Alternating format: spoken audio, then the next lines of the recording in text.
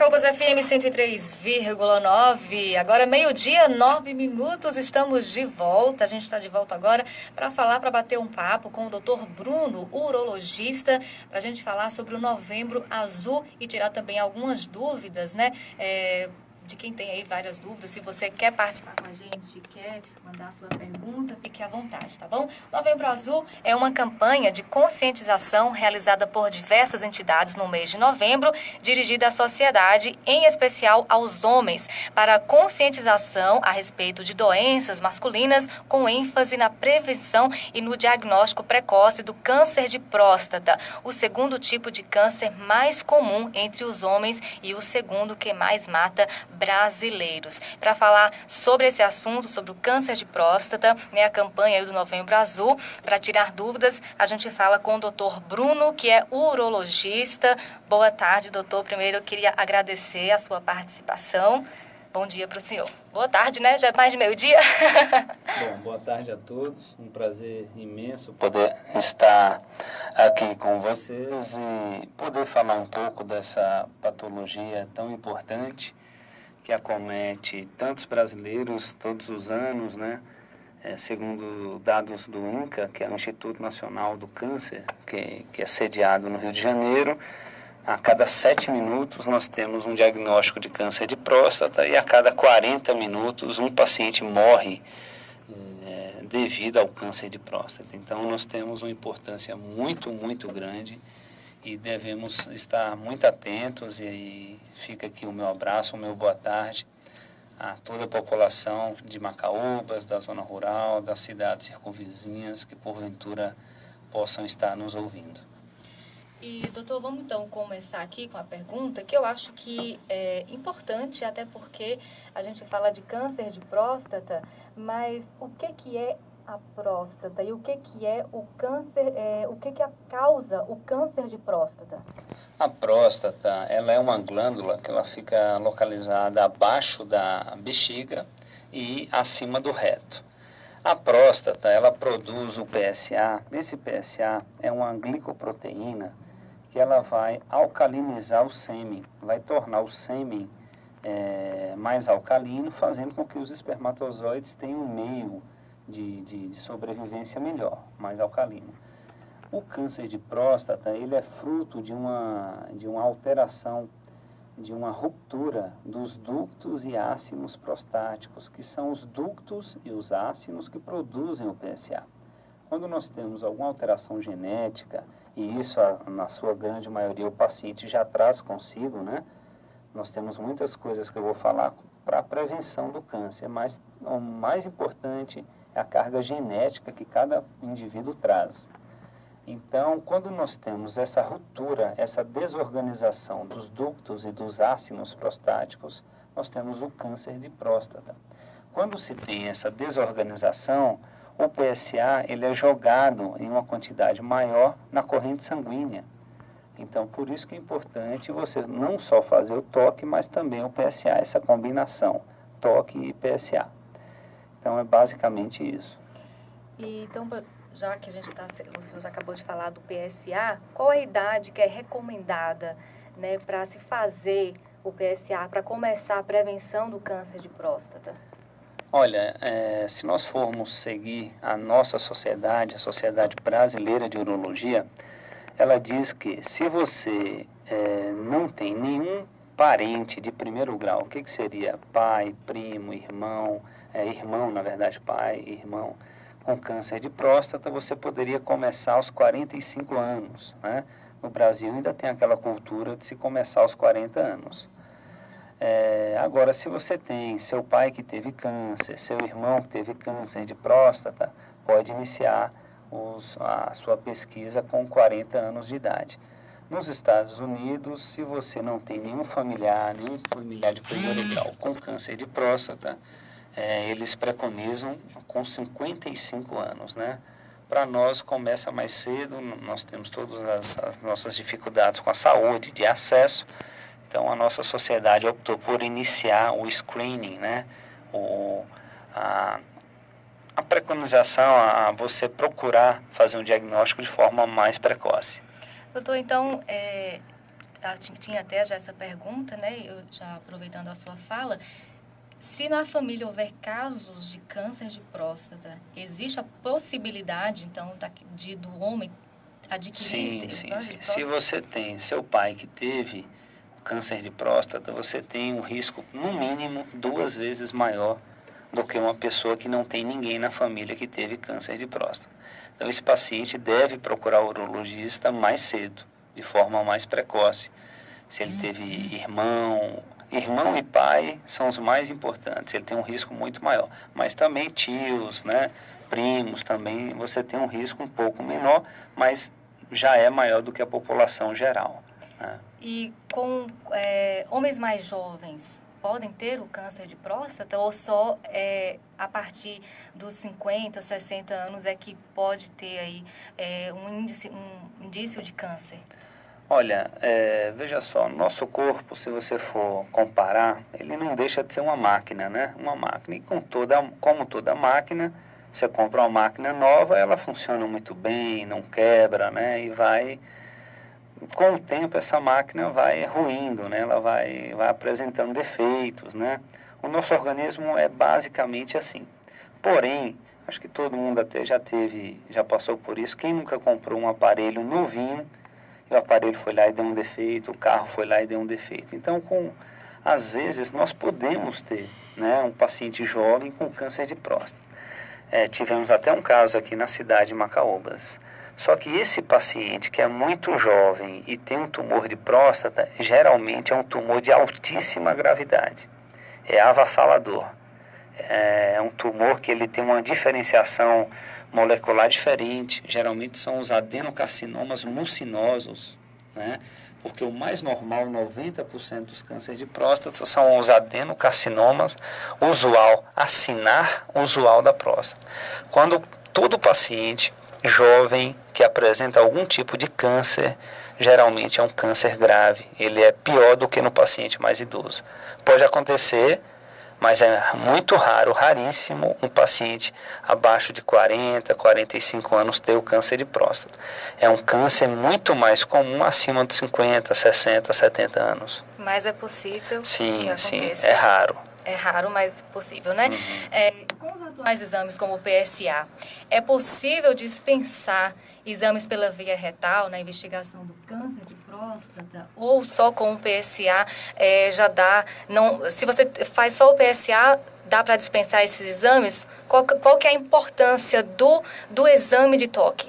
Não, de forma alguma nós podemos dispensar o exame do toque. É um exame rápido, indolor, ninguém vai ser menos homem por isso, é super rápido. E nós temos muitos casos, às vezes, porque hoje o PSA normal, teoricamente, né, a literatura, o que dizem os estudos, é um PSA de até 2,5, né? Mas eu já peguei muitos casos de câncer de próstata com paciente com PSA de 1,5, 2, 0,8. Não é o normal, mas pode ter. Porque quando você faz o toque, você nota se tem algum nódulo, algum carocinho, um nódulo. Então, todo paciente que você faz o toque e vê que a próstata tem alguma nodulação, esse paciente precisa de uma biópsia, né?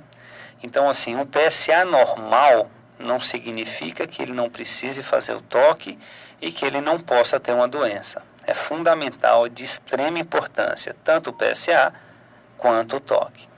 Então, para frisar, né, para quem já fez o PSA e aí deu baixo, né, aí não preciso fazer porque deu baixo, não. Então, de fato, é importantíssimo você, homem que está ouvindo aí a 103,9, fez o PSA, faça também o exame de toque, porque é indispensável, né, doutor? Sim, fundamental. O toque, às vezes você pega o paciente ali, e é bom porque primeiro você vê se o paciente não tem uma prostatite, um processo inflamatório, se não tem nenhum nódulo, nenhuma infiltração. Eu acho que a população está se conscientizando, né? E nada melhor do que também você ser examinado, né? Claro, com certeza. Eu ficaria chateado se eu fosse ao médico e ele não examinasse, né?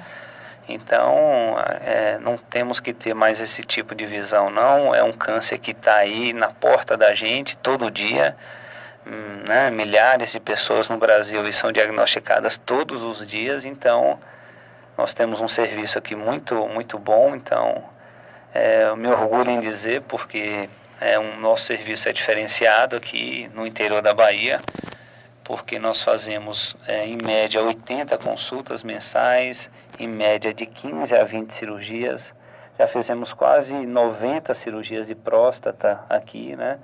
Amanhã eu tenho mais 5 cirurgias de próstata.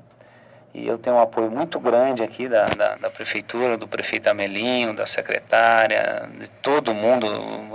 Eu gosto muito de trabalhar aqui porque você percebe uma doação muito grande da parte da equipe toda, né, dos enfermeiros, dos técnicos, enfim. Então, tá aí. Quem quiser se cuidar, só procurar. Obviamente, às vezes você tem uma demanda que é muito grande, mas com um jeitinho aí dá para passar comigo e fazer uns exames todo ano.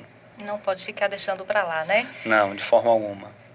Doutor, como é que é feito o diagnóstico do câncer de próstata e quais são os sintomas que a pessoa que provavelmente tenha o câncer apresenta? Olha, tem algumas coisas importantes que a população deve saber. Primeiro que assim, o PSA elevado, alto, não necessariamente significa que a pessoa está com câncer, tá? Diversas coisas podem elevar um PSA. Todo homem, quando vai envelhecendo, o PSA ele tende a subir um pouco porque a próstata vai crescendo. Então, a próstata vai crescendo e o PSA vai elevando. Então, para se fazer um diagnóstico, nós temos várias técnicas, vários artifícios de PSA que nós usamos para se fazer o diagnóstico. Mas, geralmente, se você pegar um paciente com PSA elevado, um toque alterado, porque a próstata ela é fibroelástica. Então, se você faz um toque e o paciente tem uma próstata endurecida, ou você toca um nódulo e esse paciente está com um PSA elevado, nós fazemos uma biópsia, que aqui, inclusive, em Macaúbas, é guiada por ultrassom, que é um procedimento super moderno e que pouquíssimos locais fazem isso pelo SUS, né? É caro uma biópsia aí. E, então, para se fazer o diagnóstico, geralmente é basicamente com o PSA elevado, tá? Obviamente, você descartando as outras coisas, a prostatite, um paciente que tem uma próstata, uma hiperplasia, descartando todos os outros diagnósticos, e pelo toque, né?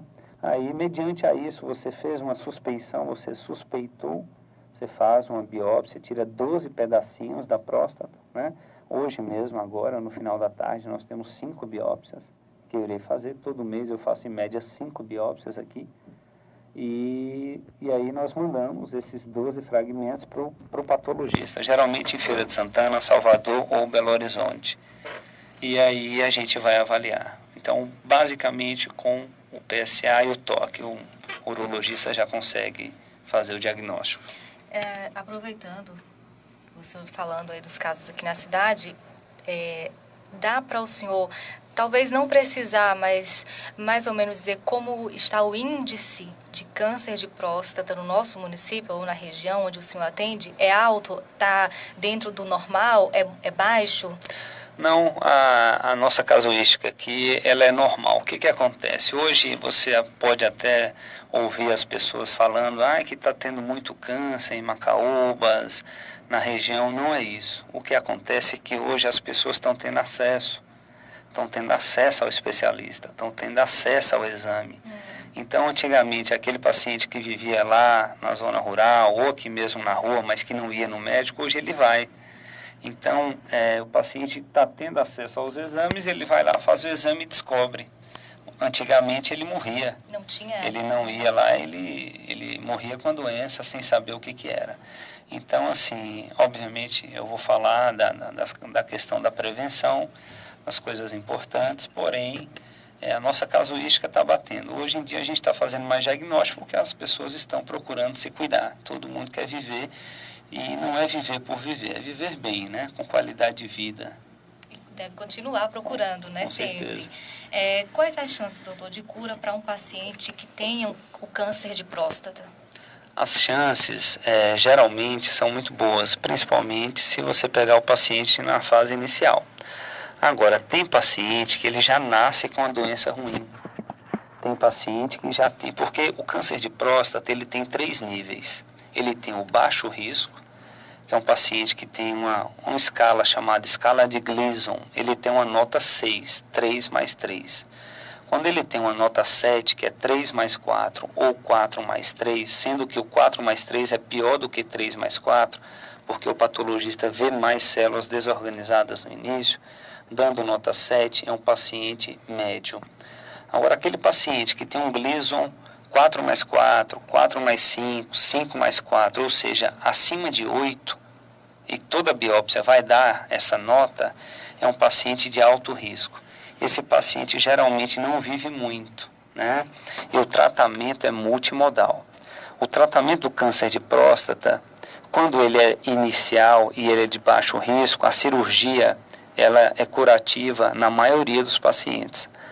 Agora, se o paciente faz a biópsia e deu um Gleason 7 para cima, 7, 8, 9, o tratamento é cirurgia, mais bloqueio hormonal, geralmente, mais radioterapia. Nunca é só uma coisa. Nós temos que fazer um tratamento multimodal, várias modalidades.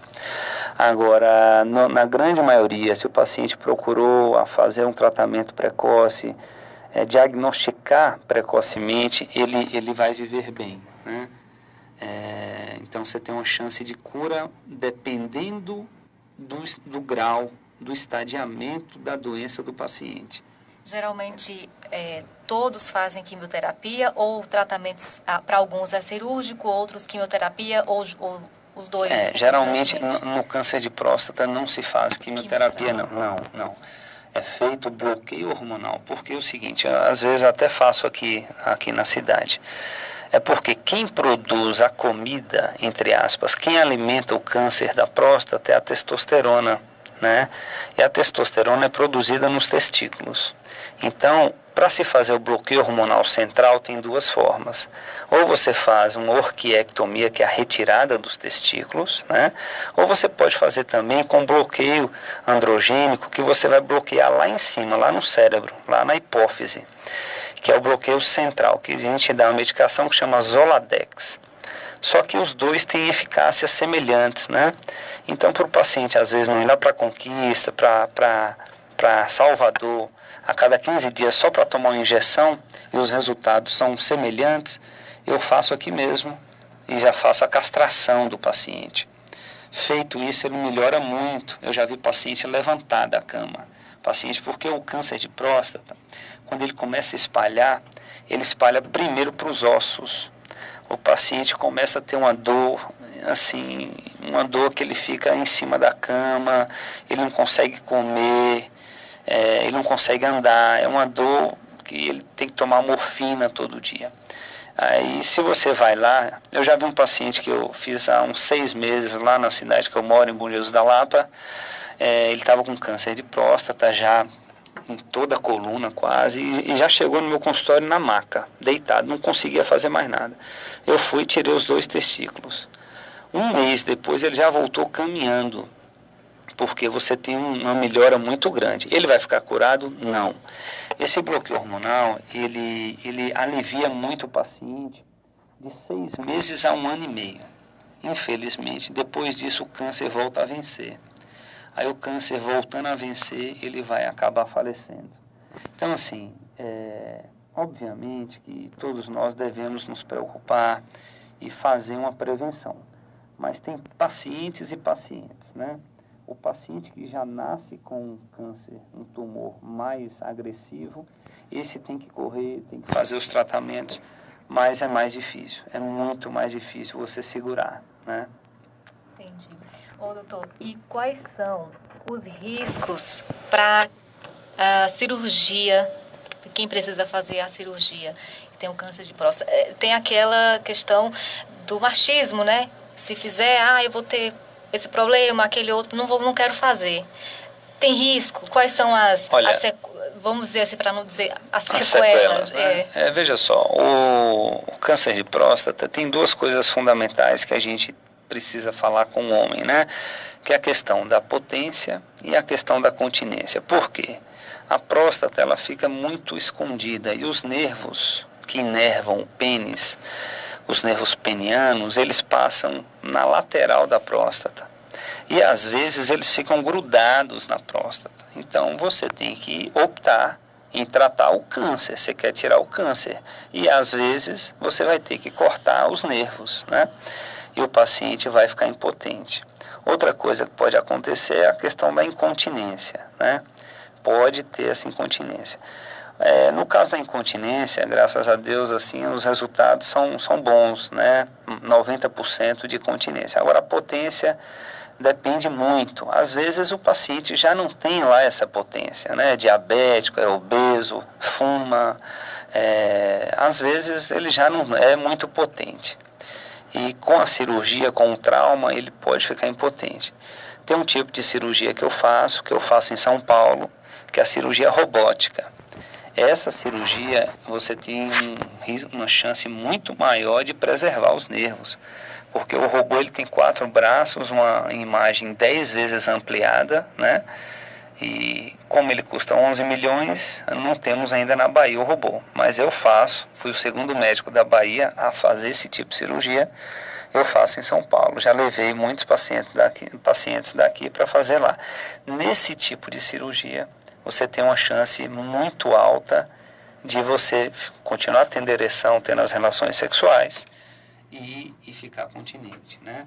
Na cirurgia comum, também você tem uma chance boa de ficar continente. Agora, a questão da potência, como eu falei, depende de várias coisas. Mas também a gente orienta direitinho o paciente, porque o mais importante é você tratar o câncer do paciente, obviamente, né? Se você puder dar funcionalidade, você puder dar qualidade de vida para o paciente, tudo bem. Mas vai depender muito do tipo de câncer. Quando ele é de baixo risco, no início, dá para se preservar mais.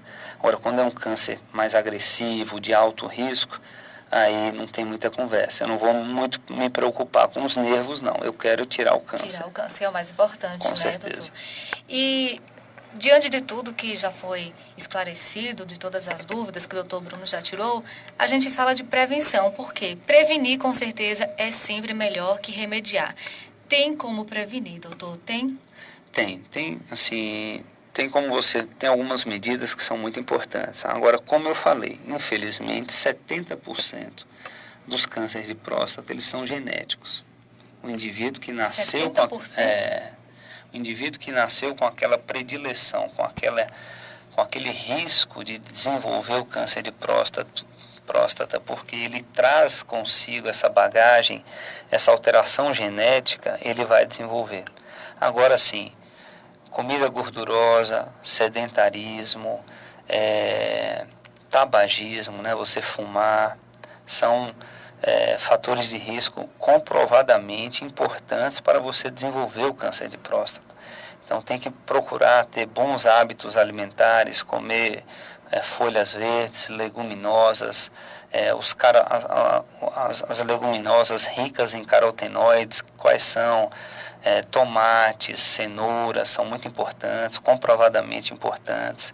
Então você ter uma dieta importante, né? Você ter uma dieta leve, praticar esportes, né?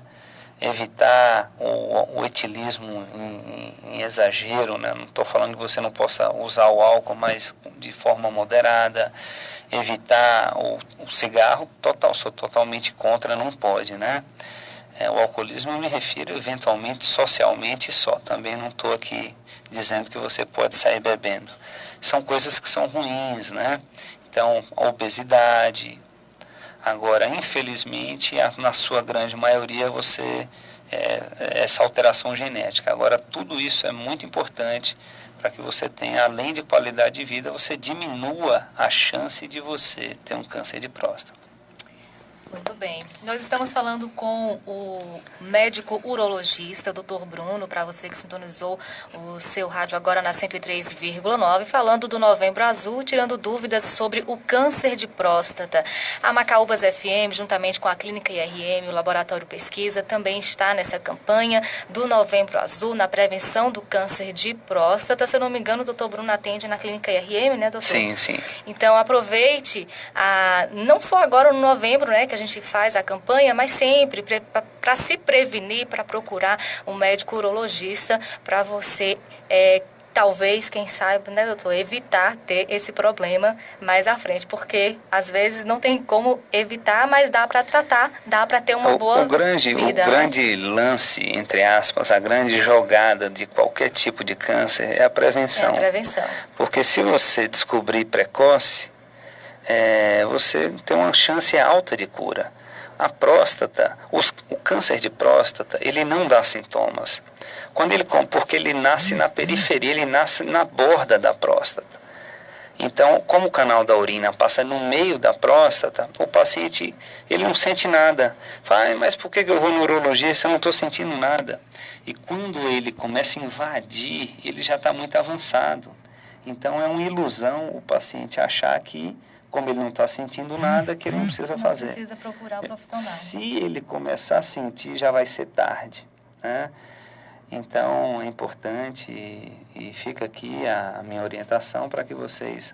A minha formação foi mais voltada mais para câncer, né? Fiquei em Barretos, muito tempo em Barretos, que é um lugar que tem um hospital muito grande, que trata milhões de pessoas por mês, né?